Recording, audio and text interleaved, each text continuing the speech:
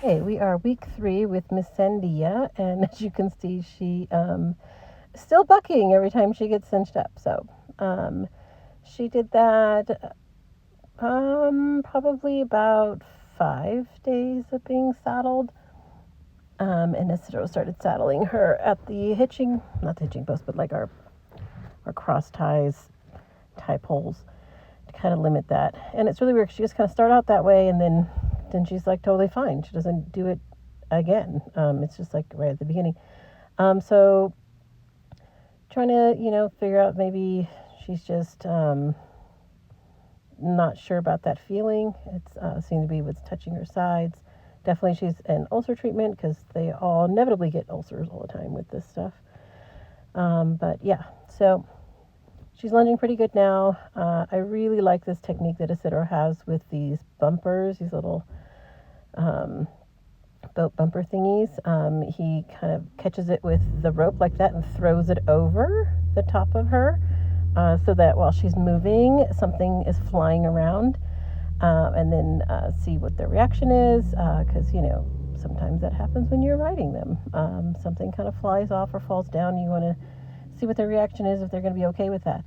So he had her go the other way and then flip it up. So she's really an interesting case because she's really not scared of things. She's a little wary of people. Doesn't have stranger danger. She treats all humans the same. So that's really interesting. She's not like really bonding to anybody in particular. She just kind of treats everybody the same. But you see how you fling that over, and she just does not care. She legit doesn't care. So that's a good thing. Like I said, every Mustang has something, and hers is she just really doesn't like the feeling of that cinch around her middle, which is very similar to my 2017 makeover horse, Luna, who's in Finland now. She really hated the saddle, just hated it. So it took me a while to get her over that. And then this is another great technique this sitter's showing right here. He throws that rope over, falls on the other side of her while she's moving. So like you can have them stand still and do this stuff all day long. And they'll just like this one, she tends to want to shut down and get kind of stuck. And so these are the ones that you want to keep them moving. And then when you do want her to sit still, she doesn't want to sit still. It's just kind of funny. Mustangs are funny, horses are funny. So yeah, here she is standing still. You can see she doesn't care. It's when she's moving, she kind of gets like, whoa, what's going on over there?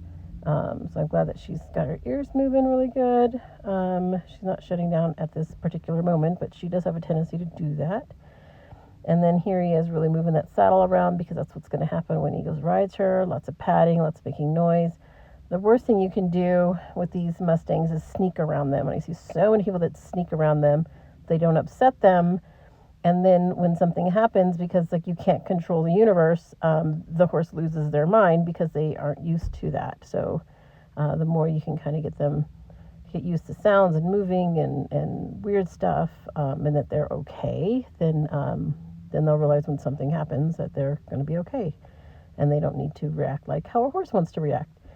So he's doing lots of lateral flexion here, and you can see how she is kind of stiff. She doesn't really want to. She has to move. She doesn't want to just kind of stand there and flex that. And so he just goes with her. It's a great technique. He just kind of grabs the back of the saddle so that he can stay with her as she moves around and just waits until she decides to be like, oh, okay, I can stop. Here I am doing the kind of follow a feel exercise. And I go back and forth with this rope. Yes, she has done this before, but not in the round pen. And she kind of gets like, when something touches her butt and she's looking at you, she kind of gets a little funny, which you can see. So you can see I'm going back and forth, back and forth.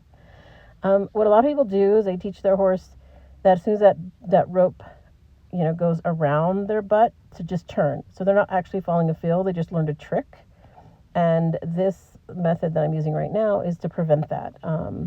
Is because she doesn't know when it's going to go on her butt, and then I don't pull right away. I just sit there and wait till she's not anticipating. And see, I keep going back and forth, and it just gets them really used to that rope. So right here, a lot of people, when they do this exercise too much, that horse just starts spinning. And see, I'm not telling her to move, and then I ask her to follow that feel around. So that's a big mistake that a lot of people do, because then their horse just starts spinning as soon as it falls behind their rump. And that means that the horse actually isn't following the feel, isn't waiting on your instruction. They are anticipating and have just learned a trick. So you see how she's not moving until I actually pull on that. And that's what you want. That's the goal. So that's how you know that this exercise is working. And then I brought her out in the arena, and we practiced sending over stuff, which she's kind of new at, where I can stop her and then send her. And she's like, I love how she checks in. She kind of is like, are you sure you want me to do that? And I'm like, yeah, I do. And then stopping and then going the other way, and which is hard in a big arena. In a controlled round pen, a little easier. Big arena, a little harder. She's really brave. So she kind of was like, I don't know if I can do that. And I'm like, yeah, you can. She's like, oh, okay. But she's not like spooky. She doesn't like do any big reactions, which is very encouraging. And I do like how she likes to put her, like, really look at stuff. I really like that about her. So here we're doing it a little bit harder. So we did it easy, right? We did the short part of the bridge, and now we're doing the long part of the bridge. And look how she puts her nose down and kind of sniffs at it. She likes to sniff the ground a lot, which is kind of funny. Then I took her out on our obstacle course, and we just kind of played over a few of the simpler obstacles, just really working on teaching her to send. She likes to kind of move her shoulder and move into you and kind of cut across and run you over a little bit. And so we're working a lot on that. So the sending exercise really helps with that. What am I doing here? Back at another day, back in the arena, doing stuff. I think I'm just trying to get her a little bit more responsive, because she tends to be kind of like not focused, and a little burlap sack work there. A lot of like just doing stuff over and over again. And so here she's tied up, and he's has fitted her to a saddle instead of just using our beater saddle. Still doesn't have stirrups. If you have a horse that wants to still buck, don't put stirrups on them, just in case they fall on the stirrup and get hurt. You don't want them to get hurt. So we still don't have stirrups till she decides to stop bucking. And she actually did really good. So he tightened the cinch. He doesn't want her. What was happening is he was cinching her up in the round pen, and she was kind of taking off. And so he just tied her up. She ties great. So he tied her up to be like, hey, don't run off. We understand, you're a little freaked out about the saddle, but we can't have you running off. And just proving to her over and over and over again that she's okay when the saddle is put on. But yeah, once she gets going, she's fine. Like, there's no more like desire to buck. And she hasn't bucked for a while now. We're in as I'm doing this voiceover, we are now in we're going into week 5. So this is week 3. So what he's trying to get her to do is kind of move her hind end over. She doesn't really want to. She kind of braces, and she wants to kind of like, she's just being really bracy, basically. So he's trying to get her to soften that neck and to move her hind end over and pick her shoulder up. And so that's why he's kind of tapping her belly. And here's a great exercise where he has a rope tied around her rump and has her flex to the side. I would only do this if you have done all of this stuff separately, and which he has. And this is not something I encourage anybody to do. The sitter was really good at this, and he felt that she was ready for this, which she obviously was, because she didn't freak out or anything.